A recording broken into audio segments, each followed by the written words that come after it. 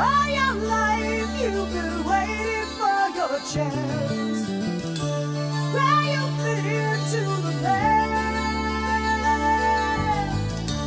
You're the master of your own destiny, so give and take the best that you can.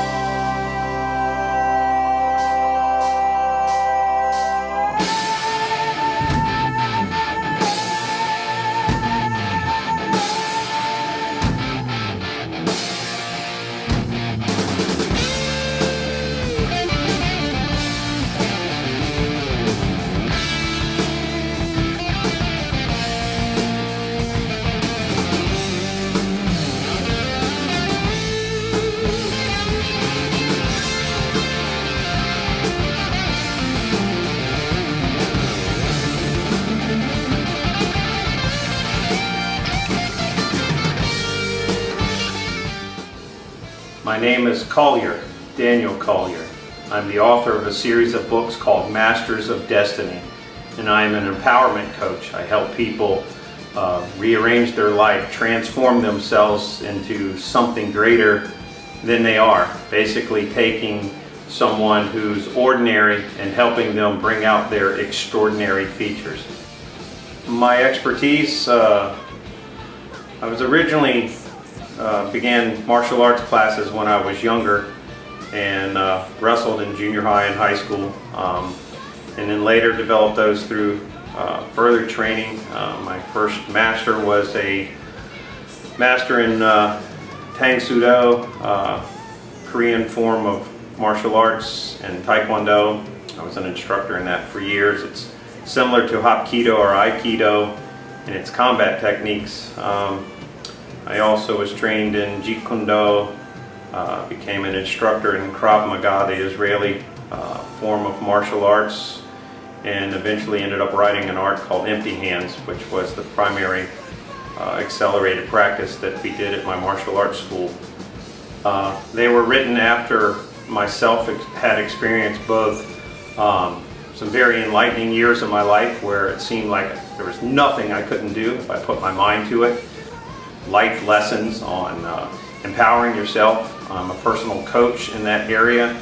I help to transform people from the life they're living now, basically if they're feeling ordinary, and help them to become something extraordinary. What were they based off of?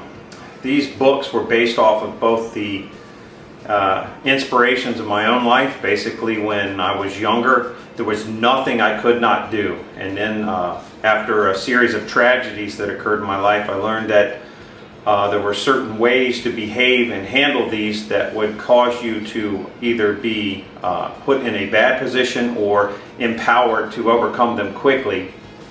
And I took those ideas and those strategies and I put them in a series of lessons, and now I help people based off of those books.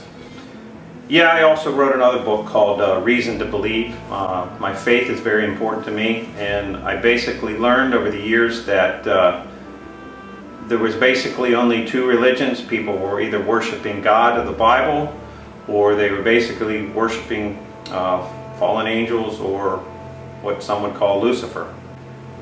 Yeah, it took about 10 years to do that research, and it's pretty much indisputable, yeah.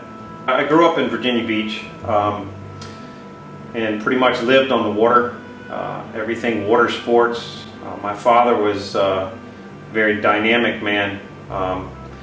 He was a very unique individual. He was a softball Hall of Famer. He could build a house from scratch, and he was also an outdoorsman. And he taught me a lot of things that made me who I am today. And so I pretty much learned to become a jack of all trades as I was growing up. I was a fireman for a while. I worked for the city of Norfolk, a very busy fire station. Pretty rigorous job, lots to do, hot in the summertime and all that gear. Also was trained as a shock trauma expert, first responder, working on the ambulances when I wasn't on the fire truck. My family, I don't know about other people's family, but I had a great family. A very, very unique and rich family in the terms of uniqueness and skills and personalities. I come from a Christian background. My family wasn't always Christian, but eventually they all became that way in a little small church that my mother's uncle ran, and a lot of my religious beliefs and stuff came from those eras in my life. My grandmother could sing like crazy. They actually wanted her to cut a record and become a singing star. She used to sing on the radio and stuff. And my mother could sing just as well. In fact, sometimes she would sing in church and people would cry just from her singing. So that's how I ended up singing in a band for a little while. It was just a fun time and something I enjoyed. But you know, I have a history of my grandfather was in World War II. He's a World War II hero.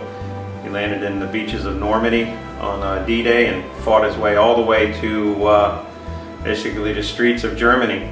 So that's kind of my never die, never quit type of philosophy, comes from those learning experiences. And so yeah, I had a great family, great, unique sister, beautiful, very, very funny, and she can do stuff that most men can't do. She's really cool. So yeah, I learned a lot growing up, and developed me into the man I am today, and you know, helped me make a lot of friends, helped me influence a lot of people, you know, and I'm really thankful for that. How did I get the call sign Action? Well, that probably comes back from back in the day when I used to get in a few more scuffles than I probably should. People would say, don't worry about it, we got action. But probably the best way to describe me now with that is that I put my mind to doing something. And this is one of the things I write about in my books and teach people.